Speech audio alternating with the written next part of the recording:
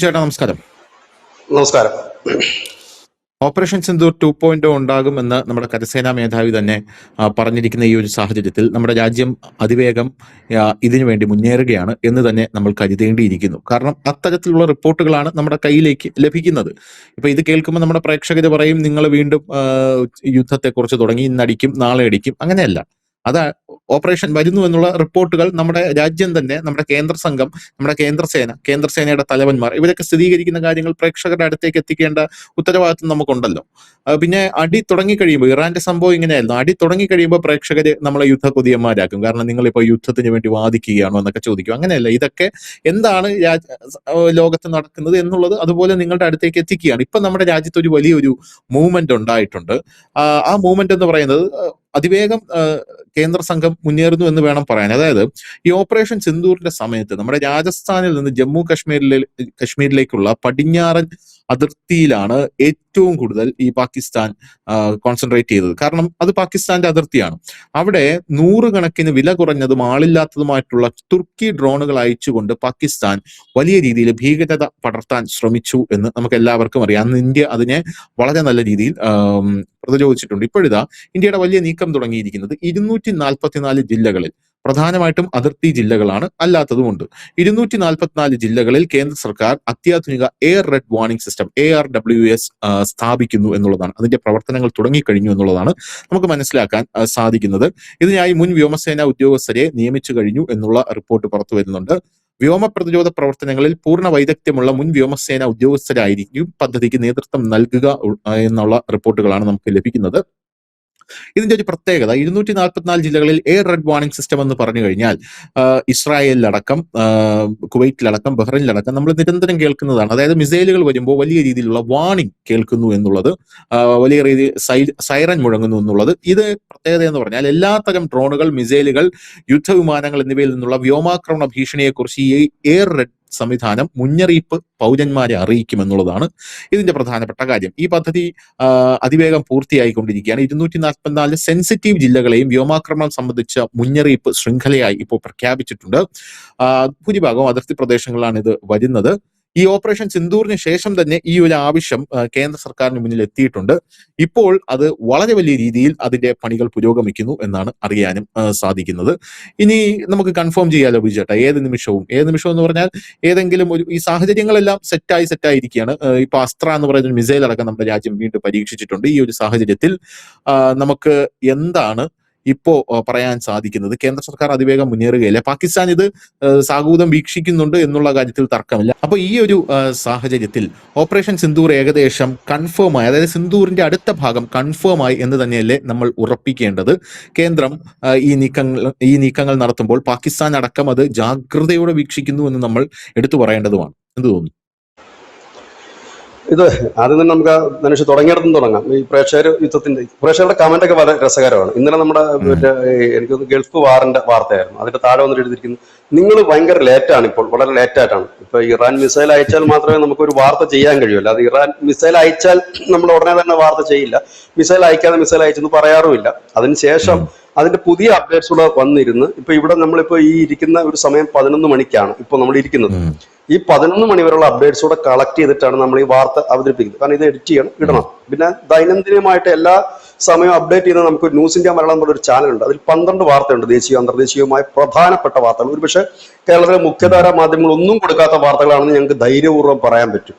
അത് ചിലപ്പോൾ 3-4 വാർത്തകൾ കേരളത്തിലെ ഏതെങ്കിലും മാധ്യമങ്ങളിൽ വരുമായിരിക്കും, ബാക്കി ഒന്നിലും വരാറില്ല. കാരണം ഒരുപാട് ഈ നാഷണൽ ഇന്റർനാഷണൽ മാത്രം ഫോക്കസ് ചെയ്യുന്ന ഒരു ചാനലാണത്.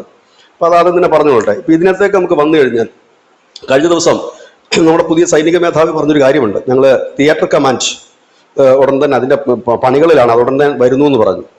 തിയേറ്റർ കമാൻഡ് എന്ന് പറയുമ്പോൾ നമുക്ക് ഈ US-ലും അതുപോലെ തന്നെ ചൈനയിലും ഒക്കെയുള്ള വൻകിട രാജ്യങ്ങളിൽ മാത്രമാണ് നമ്മൾ ഇത് കണ്ടിരിക്കുന്നത്. അത് സംയുക്ത സൈനിക നീക്കമാണ്.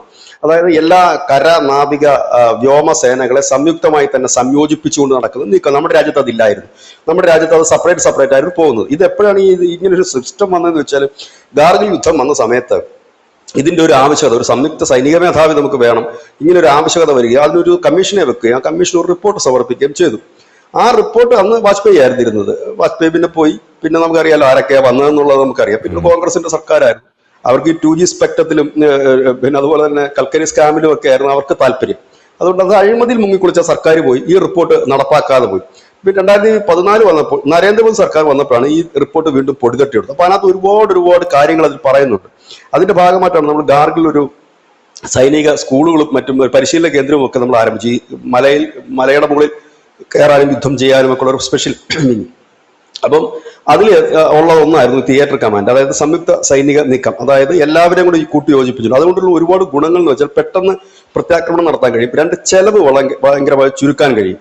അതായത് സംയുക്തമായി നടത്തുമ്പോഴത്തേനും ആ കൃത്യമായ വെപ്പൺസ് എല്ലായിടത്തും സംയോജിപ്പിച്ചുകൊണ്ട് ഒരു പ്രഹരത്തിൽ ഏൽപ്പിക്കാൻ കഴിയുന്ന ഒരു മെത്തേഡിലേക്കാണ്. അതുപോലെ ചെലവ് കുറയ്ക്കാൻ കഴിയും. അങ്ങനെ ഒരുപാട് ഗുണങ്ങളുണ്ട്. വലിയ വൻകിട ശക്തികൾക്ക്, സൈനിക ശക്തികൾക്കൊക്കെ ഇതുണ്ട്. അതിന്റെ ഭാഗമായിട്ട് ഒരുപാട് മാറ്റങ്ങൾ നമ്മുടെ സൈന്യത്തിൽ ഇപ്പോൾ വന്നുകൊണ്ടേയിരിക്കുന്നുണ്ട്. ഇപ്പോൾ നമ്മൾ വരുന്നത്, നമ്മൾ മുൻപ് ധനുഷ് തന്നെ ഇപ്പൊ കുറെ രാജ്യങ്ങളുടെ പേര് പറഞ്ഞു. അപ്പം വൻകിട രാജ്യങ്ങളിൽ മാത്രം കണ്ടിട്ടുള്ള സിസ്റ്റമാണ് ഇപ്പൊ നമ്മുടെ രാജ്യത്ത് വരുന്നത്. ഒരു അലർട്ട് നമുക്കറിയാം. ഓപ്പറേഷൻ സിന്ദൂറിന്റെ സമയത്ത് എങ്ങനെയായിരുന്നു അലർട്ട്? മാധ്യമങ്ങളിലൂടെയും റേഡിയോയിലൂടെയും മൊബൈലിലൂടെയും മറ്റുമായിരുന്നു നമ്മൾ അലർട്ട് നൽകിക്കൊണ്ടിരുന്നത്. അതായത് ഇന്ന് നമ്മളൊരു ഡെമോ നടത്തുന്നു. അത് മാത്രവുമല്ല, ബീഹാറിലടക്കം നമ്മൾ തന്നെ അത് ചെയ്തു. ബീഹാറിലും UP-യിലും അടക്കം ഈ അടുത്ത ദിവസങ്ങളിൽ ഒരു 1.5 ആഴ്ചക്ക് മുമ്പ് ഒരു വലിയ രീതിയിലുള്ള യുദ്ധ സമാനമായ രീതിയിലുള്ള ഒരു പരിശീലനം ജനങ്ങൾക്ക് നൽകുകയുണ്ടായി. അതായത് കംപ്ലീറ്റ് ലൈറ്റ് ഓഫ് ചെയ്തുകൊണ്ടും സൈറൺ മുഴങ്ങുമ്പോൾ എന്ത് ചെയ്യണമെന്നുള്ള ഒരു വലിയ പരിശീലനം ബീഹാറിലടക്കം നൽകുകയുണ്ടായി. അന്ന് നമ്മളത് ചർച്ചയ്ക്ക് എടുത്തത് കൊണ്ട് നമ്മൾ ആ വിഷയത്തിലേക്ക് പോകുന്നില്ല. അപ്പോ വീണ്ടും ഇപ്പോൾ ഇതിനേക്കാൾ മാറിക്കൊണ്ട് ഒരു സൈറൺ സംവിധാനത്തിലേക്ക് വരുന്നു. ഈ സൈറൺ സംവിധാനത്തിലേക്ക് എത്തുന്നു, ഒപ്പം തന്നെ അലർട്ട് പോകുന്നു. ഇത് സൈനിക ആവശ്യങ്ങൾക്ക് മാത്രമായിട്ട് ആയിരിക്കില്ല ഒരുപക്ഷെ ഉപയോഗിക്കുന്നത്.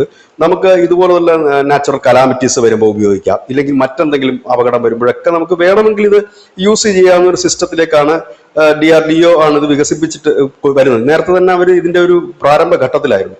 അതിപ്പോ വരുന്നത് ചെറിയൊരു സ്ഥലത്തല്ല. നമ്മുടെ രാജ്യത്തെ 247 ജില്ലകളിലാണ് വരുന്നത്. അതായത് നമ്മുടെ അതിർത്തിയോട് ചേർന്ന് കിടക്കുന്ന ജില്ലകൾ, മറ്റ് സെൻസിറ്റീവായ ജില്ലകളിൽ ഇതിലെല്ലാം ഈ സാധനം വരുന്നുണ്ട്. ഇവിടെ നമുക്ക് ശ്രദ്ധിക്കേണ്ട കാര്യം, വളരെ ധൃതി പിടിച്ചാണ് നീക്കം. ഇതിനോടൊപ്പം തന്നെ 3-4 കാര്യങ്ങൾ നമ്മൾ ശ്രദ്ധിക്കേണ്ടതായിട്ടുണ്ട്. ഒന്ന്, S-400 വളരെ തിരക്ക് പിടിച്ച് റഷ്യയിൽ നിന്ന് നമ്മൾ കൂടുതലായി എത്തിക്കുന്നു. 2, ഈ പറയുന്ന തിയേറ്റർ കമാൻഡ് അവസാന ഘട്ടത്തിലേക്ക് അത് നീങ്ങുന്നു. 3, ഈ പറയുന്ന പരിശീലനം, അതായത് ഈ നമ്മുടെ ഓപ്പറേഷൻ സിന്ദൂർ സമയത്ത് ജനങ്ങൾക്ക് കൊടുത്തിരുന്ന ആ ഒരു മോക്ക് ഡ്രിൽ അടക്കമുള്ളവ ബീഹാർ അടക്കം നൽകുന്നു. 4-മത്തെ കാര്യം, ഈ സൈറണുകൾ എല്ലായിടത്തും സ്ഥാപിക്കപ്പെടുന്നു. ധൃതി പിടിച്ച് നമ്മുടെ ആയുധങ്ങൾ വലിയ രീതിയിൽ തന്നെ നമ്മൾ പരീക്ഷണങ്ങളും മറ്റുമൊക്കെ നടത്തുന്നു. ഈ അടുത്ത ദിവസങ്ങളിലുമൊക്കെ നമ്മൾ ചില മിസൈലുകളുടെ പരീക്ഷണങ്ങളും മറ്റുമൊക്കെ നമ്മൾ നടത്തിയിരുന്നു. അപ്പോൾ വളരെ തിരക്കിട്ട ഒരു നീക്കം വലിയ രീതിയിൽ നമ്മൾ മുമ്പോട്ട് പോകുന്നു എന്നുള്ളതാണ്. ഒരുപക്ഷെ അത് പാകിസ്ഥാന്റെ ഭാഗത്തു നിന്നുള്ള അറ്റാക്ക് മാത്രമായിരിക്കില്ല, ഒരുപക്ഷെ ബംഗ്ലാദേശ് ആയിരിക്കാം, ഇല്ലെങ്കിൽ മറ്റേതെങ്കിലും ഒരു ബോർഡർ വഴി ആയിരിക്കാം. ഇങ്ങനെയൊക്കെ ഒരുപാട് വിഷയങ്ങൾ നമ്മളെ അഭിമുഖീകരിക്കുന്നുണ്ട്. ഇത് കൂടാതെ തന്നെ നമ്മുടെ രാജ്യത്ത് തന്നെ വലിയ രീതിയിൽ തന്നെ ഒരു സെർച്ചിങ്, ഒരു റെയ്ഡുകൾ കാശ്മീരിൽ മാത്രമല്ല ദക്ഷിണ ഇന്ത്യയിലും കേരളത്തിൽ പോലും റെയ്ഡുകൾ വളരെ വേഗം പുരോഗമിക്കുന്നു. ഒരുപക്ഷെ അത് എനിക്ക് മാധ്യമങ്ങൾ അത് ഏറ്റെടുക്കാത്തതിന്റെ കാരണം വെച്ചാൽ ചെറിയ വാർത്തയാണ്. എല്ലാ ദിവസവും റെയ്ഡ് വന്നാൽ പിന്നെ വാർത്ത വായിക്കാൻ ഒരു സുഖം ഉണ്ടാകില്ലല്ലോ. അപ്പൊ അതുപോലെയുള്ള കാര്യങ്ങളാണ്. മലപ്പുറം അടക്കം കോഴിക്കോട് അടക്കം 5 ജില്ലകളിൽ റെയ്ഡ് നടത്തി 6 പേര് ഇപ്പോൾ പിടിയിലാണ്. കൂടുതൽ റെയ്ഡുകളും കാര്യങ്ങളോട്ട് അവർ മുൻപോട്ട് പോകുന്നുണ്ട്. ഒപ്പം തന്നെ ദക്ഷിണേന്ത്യയിൽ റെയ്ഡ് നടക്കുന്നു. നമ്മൾ തന്നെ കഴിഞ്ഞ ദിവസം എടുത്തിരുന്നു 20 ലക്ഷത്തോളം ബംഗ്ലാദേശികൾ ഈ സൗത്ത് ഇന്ത്യയിലേക്ക് നുഴഞ്ഞു കയറുന്നു, കർണാടകം അടക്കം നുഴഞ്ഞു കയറിയിട്ടുണ്ട്. അവരെ പിടിക്കുവാനുള്ള റെയ്ഡുകൾ. അപ്പൊ ഇങ്ങനെ വളരെ വ്യാപകമായി രാജ്യത്തിനകത്തും പുറത്തും വലിയൊരു അലർട്ടിലേക്ക് നമ്മൾ പോകുന്നു. ഇത് ഒരു ഇറാൻ അമേരിക്ക യുദ്ധം എങ്ങനെ തീരും, എങ്ങനെ മുമ്പോട്ട് പോകുമെന്ന് അറിയില്ല. പക്ഷെ ആ യുദ്ധത്തിന് കുറച്ചുകൂടെ വ്യാപ്തി കൂടുമോ എന്നൊരു സംശയം നിൽക്കുന്നു. എവിടെയും എന്തൊക്കെയോ ഒരു മൂടാപ്പ് പോലെ എന്തോ ഒന്ന് ഇങ്ങനെ അന്തരീക്ഷത്തിൽ നിൽക്കുന്നു. കാരണം ഇതൊരു സമാധാന അന്തരീക്ഷമല്ല എന്ന് നമ്മുടെ പ്രധാനമന്ത്രി നരേന്ദ്രമോദി തന്നെ നോർവേയിൽ അദ്ദേഹം പറയുകയുണ്ടായി. ഇതൊരു സമാധാന കാലഘട്ടമല്ല, 10 വർഷം സംഘർഷങ്ങളുടെ കാലഘട്ടമാണ് എന്ന് അദ്ദേഹം പറയുമ്പോൾ സംഘർഷങ്ങളുടെ ഒരു നീണ്ട നിര തന്നെ വരാനുള്ള സാധ്യതകളുണ്ട്. അവിടെയും ഇവിടെയും ഒക്കെ എന്തൊക്കെയോ തരത്തിൽ ചില പ്രശ്നങ്ങൾ രൂപപ്പെടുന്നുണ്ട് എന്നുള്ളൊരു യാഥാർത്ഥ്യമാണ്. നമ്മളെ സംബന്ധിച്ച് പ്രത്യേകിച്ച് പുതിയതായ പ്രശ്നങ്ങൾ രൂപപ്പെടേണ്ട ആവശ്യമില്ല. കാരണം നമ്മുടെ ഇടതും വലതും അപ്പുറവും ഇപ്പുറവും ഒക്കെ ശത്രുക്കൾ കിടക്കുകയും ഈ രാജ്യത്തിനകത്ത് തന്നെ 0.5 എന്ന് പറയുന്ന ഒരു വിഭാഗം ശത്രുക്കൾ അകത്ത് തന്നെ ഉള്ളപ്പോൾ നമുക്ക് പൊതുവെ പുതിയതായിട്ടൊരു കാരണം നമുക്ക് ആവശ്യമില്ല. കഴിഞ്ഞ ദിവസം നേപ്പാളും ഒക്കെ ആയിട്ട് ചെറിയൊരു ഉടക്കിന്റെ വക്കിലേക്ക് എത്തി. ലിംബുക്കാര എന്ന് പറയുന്നത് നമ്മൾ അതിനെക്കുറിച്ച് ഒരുപാട് ചർച്ച ചെയ്തിട്ടുണ്ട്. ലിംബുക്കാരയെ കുറിച്ച് ബോർഡറാണ് നേപ്പാളിന്റെ, അത് ഞങ്ങൾ പിടിച്ചെടുത്തു എന്നും പറഞ്ഞിട്ട് അവിടുത്തെ പ്രധാനമന്ത്രി ഒരു പ്രസ്താവനയൊക്കെ ഇറക്കുകയുണ്ടായി. അപ്പം അങ്ങനെ കുറെ വലിയ കോമഡി എന്താണെന്ന് വെച്ച് കഴിഞ്ഞാല്, ഈ കഴിഞ്ഞ ദിവസം ഒരു വാർത്ത വന്നു നമ്മുടെ നാഷണൽ ഇതില്, നമ്മുടെ ഈ പിന്നെ സൊണാലി എന്നൊക്കെ പറഞ്ഞിട്ട് ബോർഡർ ഉണ്ട്. അപ്പൊ ഞാൻ ഈ നേപ്പാളിൽ കുറച്ചാളുണ്ടായിരുന്നു. കാരണം എന്റെ കസിൻ അവിടെ മെഡിക്കൽ കോളേജ് ഉണ്ട്.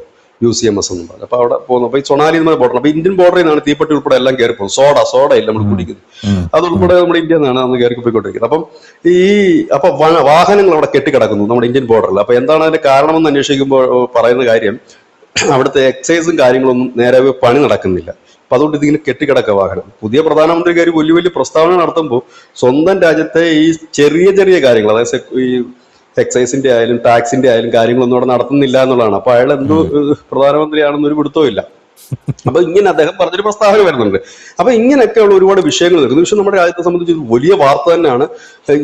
ഇതാരും നൽകി ഞാൻ കണ്ടില്ല. ഇത്രയും സൈറനുകൾ ഇത്ര നമ്മുടെ രാജ്യത്തിന്റെ വിവിധ ജില്ലകളിൽ സ്ഥാപിക്കുന്നു ഒരു അലർട്ടിന്റെ ഇതാണ്. കാരണം ഈ മോക്ക് ഡ്രില്ലുകൾ എല്ലായിടത്തും നടത്തണം, കേരളം അടക്കം നടത്തണമെന്ന്, എല്ലാ സംസ്ഥാനങ്ങളിലും മോക്ക് ഡ്രില്ലുകൾ നടത്തണം എന്ന് നേരത്തെ തന്നെ പറഞ്ഞിരുന്നു ഓപ്പറേഷൻ സിന്ദൂറിന്റെ സമയത്ത്. എനിക്ക് തോന്നുന്നത് പതുക്കെ എല്ലാ ജില്ലകളിലും ഒരു പരിശീലനം, അതായത് വൻകിട രാജ്യങ്ങളിലും വികസിത രാജ്യങ്ങളിലും സൈനിക ശക്തിയുള്ള രാജ്യങ്ങളിലും ഒക്കെ സാധാരണഗതിയിൽ അവിടുത്തെ പൗരന്മാർക്ക് സൈനികമായ പരിശീലനം നൽകാറുണ്ട്. നമ്മുടെ ഇപ്പൊ ഈ അഗ്നിവീർ ഒക്കെ നമ്മൾ ഈ അടുത്ത കാലത്താണ് തുടങ്ങുന്നത്, അങ്ങനെ അത് നൽകാറുണ്ട്. ഒപ്പം തന്നെ ഈ ഇതുകണക്കുള്ള യുദ്ധസമാനമായ സാഹചര്യം വന്നു കഴിഞ്ഞാൽ എങ്ങനെ നേരിടണം ജനങ്ങൾക്ക് പരിശീലനം നൽകാറുണ്ട്. ലൈറ്റ് ഓഫ് ചെയ്തിട്ട് വാഹനങ്ങൾ നിർത്തിയിട്ടിട്ട്, ഇല്ലെങ്കിൽ പെട്ടെന്ന് എന്ത് ചെയ്യാൻ കഴിയും, ഗ്രൗണ്ടിലേക്ക് ഓടി ഇറങ്ങാൻ, ഇതൊക്കെ നമ്മൾ ഓപ്പറേഷൻ സിന്ദൂറിന്റെ സമയത്ത് നമുക്ക് പുതുമയായിരുന്നു. പക്ഷെ പഞ്ചാബിലും ഹരിയാനയിലും മറ്റുമുള്ളവർക്ക് അതൊന്നും ഇല്ല. കച്ചിൽ ഉള്ളവർക്ക്, ഇല്ല ഗുജറാത്തിന്റെ ബോർഡറും രാജസ്ഥാന്റെ ബോർഡറുള്ളവർക്കൊന്നും ഒരു പുതുമയല്ല. കാരണം അവർ കാലാകാലങ്ങളിലൊക്കെ ആയിട്ട് ഇത് ചെയ്തു വരുന്ന കാര്യമാണ്. ഇതിപ്പോ എല്ലായിടത്തേക്കും വ്യാപിപ്പിക്കുക എന്നുള്ളത്. കാരണം ഇത് പുറത്തുനിന്നുള്ള അറ്റാക്ക് മാത്രമല്ല. ഇപ്പൊ അകത്ത് ഇന്നലെ തന്നെ ഇന്നലെ 2 ദിവസം മുമ്പ് ദാവൂദിന്റെ സംഘത്തിലുള്ള ഒരു 9 പേരെ അറസ്റ്റ് ചെയ്തിരുന്നു. അവർ വലിയ രീതിയിലുള്ള ഭീകരാക്രമണം മഹാരാഷ്ട്രയിൽ അടക്കം ആസൂത്രണം ചെയ്യുക. അപ്പൊ അങ്ങനെയൊക്കെ വരുമ്പോൾ എടുക്കേണ്ട ചില മുൻകരുതലുകളുണ്ട് ജനം. അപ്പൊ അങ്ങനെയൊക്കെയുള്ള കാര്യങ്ങളിലേക്കാണ് ഇത് പോകുന്നത്. ഇതൊക്കെ പറയുമ്പോൾ ചോദിക്കും, ഇത് ഇന്ത്യയിലാണോ ഇതൊക്കെ നടക്കുന്നത്? കാരണം ഇന്ത്യയിൽ എന്തും നടക്കും അങ്ങനെയല്ല. കാരണം കഴിഞ്ഞ ദിവസം പാരീസിൽ ഒരു ഫുട്ബോൾ കളിയുമായി ബന്ധപ്പെട്ട് നടന്ന കലാപം, എത്ര പേരുടെ മരണത്തിനാണ് അത് കലാശിച്ചത്? പാരീസ് എന്ന് പറയുമ്പോൾ ഭയങ്കര സുരക്ഷാ സംവിധാനമുള്ള രാജ്യമാണ്.